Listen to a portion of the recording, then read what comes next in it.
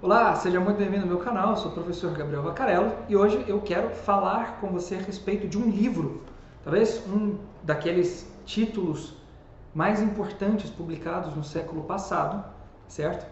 Não só pelo seu conteúdo, senão também por quem foi que o publicou, que é Amor e Responsabilidade, de Karol Wojtyła, aquele que veio a ser o Papa João Paulo II, São João Paulo II, certo?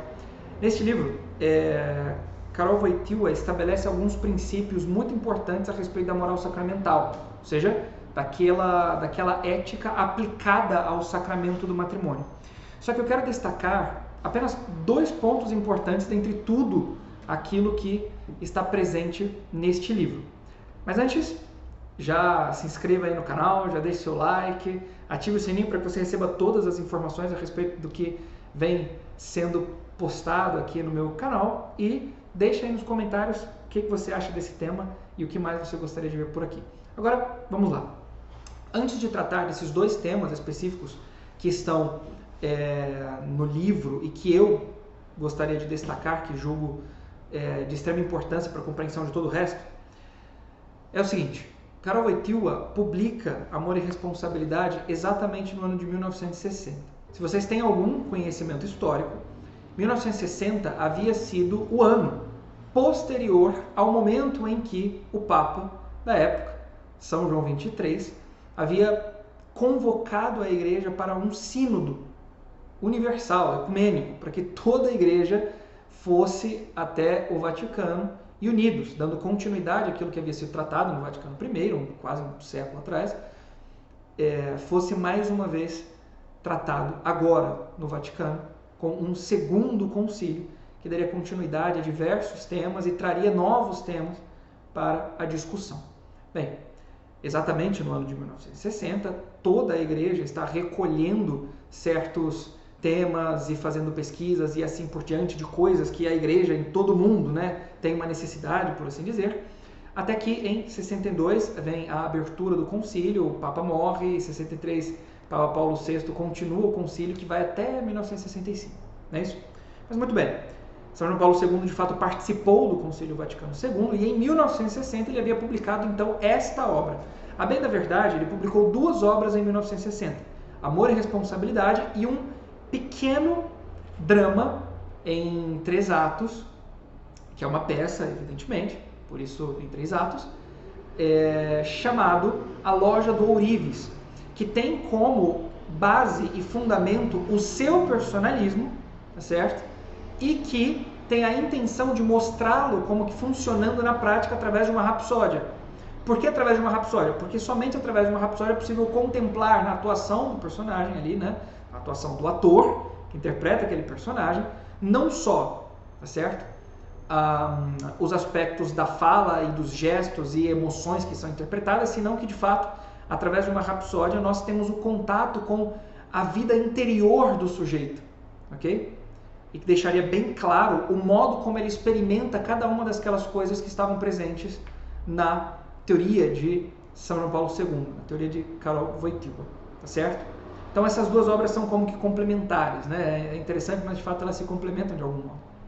Bem, para além então, da Loja do Ourives, vamos a Amor e Responsabilidade. Então, em 1960 ele publica esta obra chamada Amor e Responsabilidade, que tem o título já como uma espécie de resumo de tudo aquilo que será tratado na obra, porque a intenção de Karol Wojtyła é de fato mostrar uma união íntima e necessária destas duas coisas, chamadas amor e responsabilidade.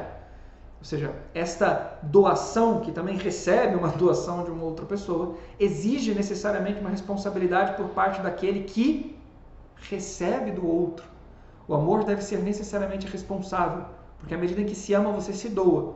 E se o outro também te ama, o que é provável, certo? Dentro do matrimônio, evidentemente, exige-se que esta entrega do outro a você seja correspondido com uma responsabilidade pela vida do outro.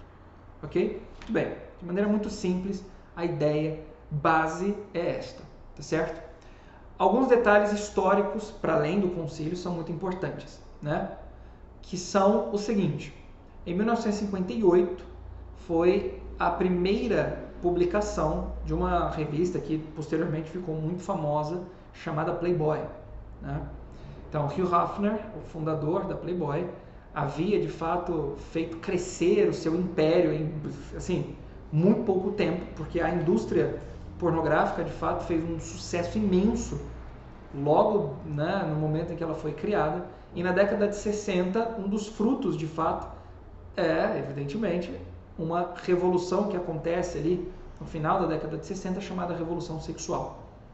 Ok?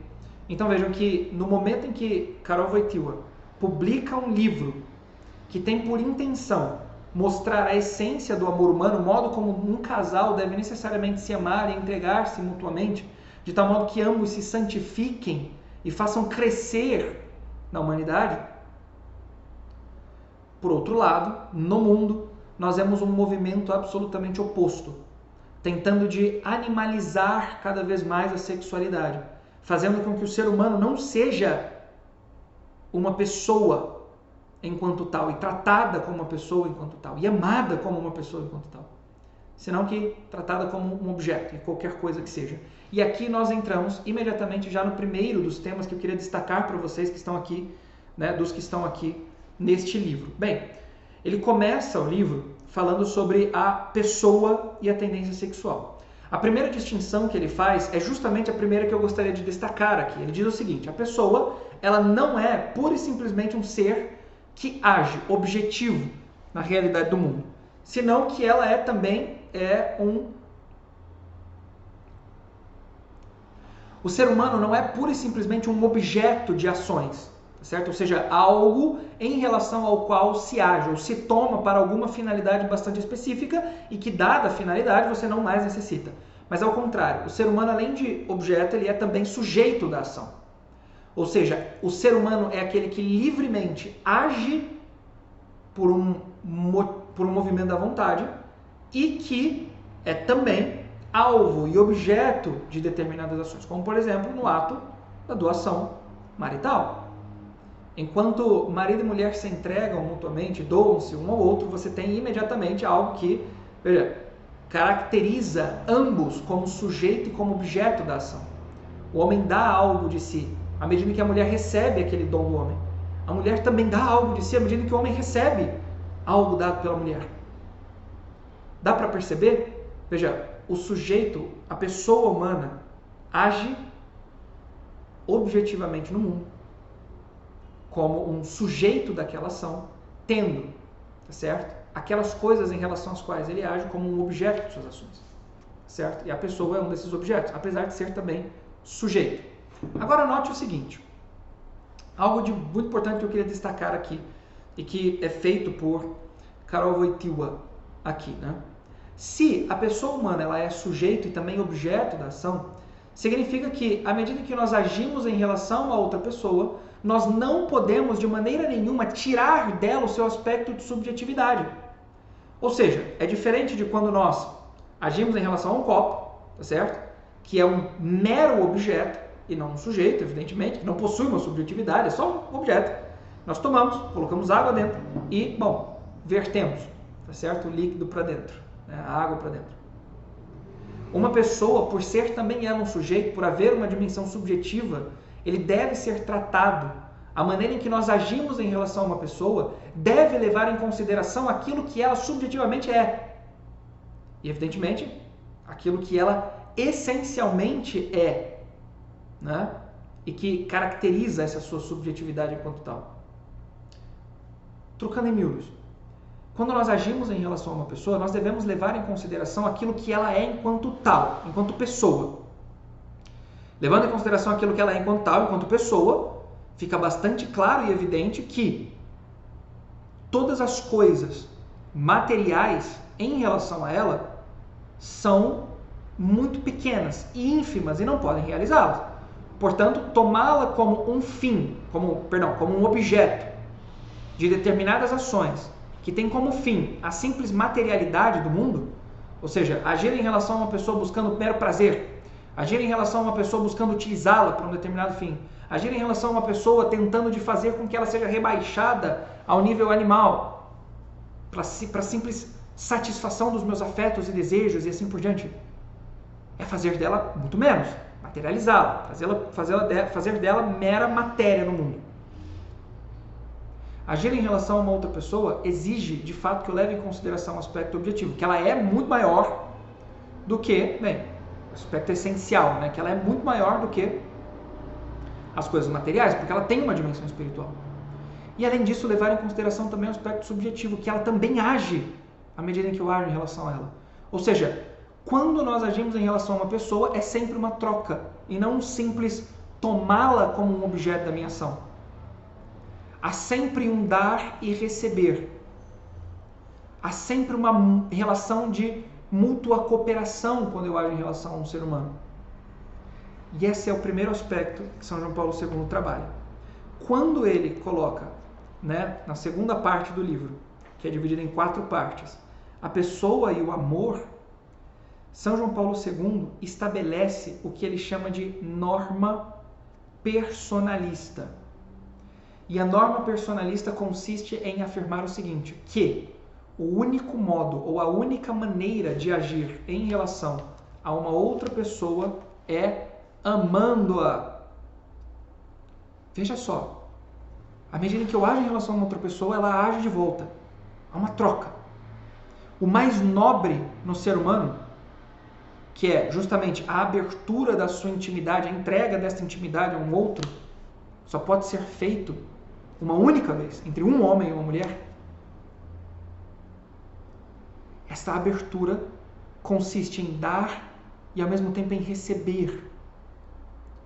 E à medida em que eu dou, o único modo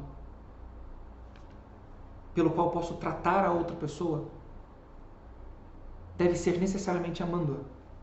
Por quê? Porque eu devo tomá-la como um bem em si mesmo, como um fim em si mesmo, não como um objeto, reduzindo-a para que eu a utilize de algum modo.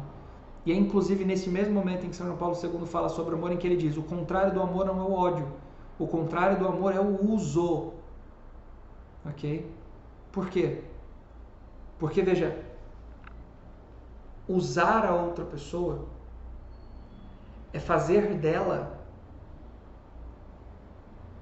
um objeto para uma finalidade.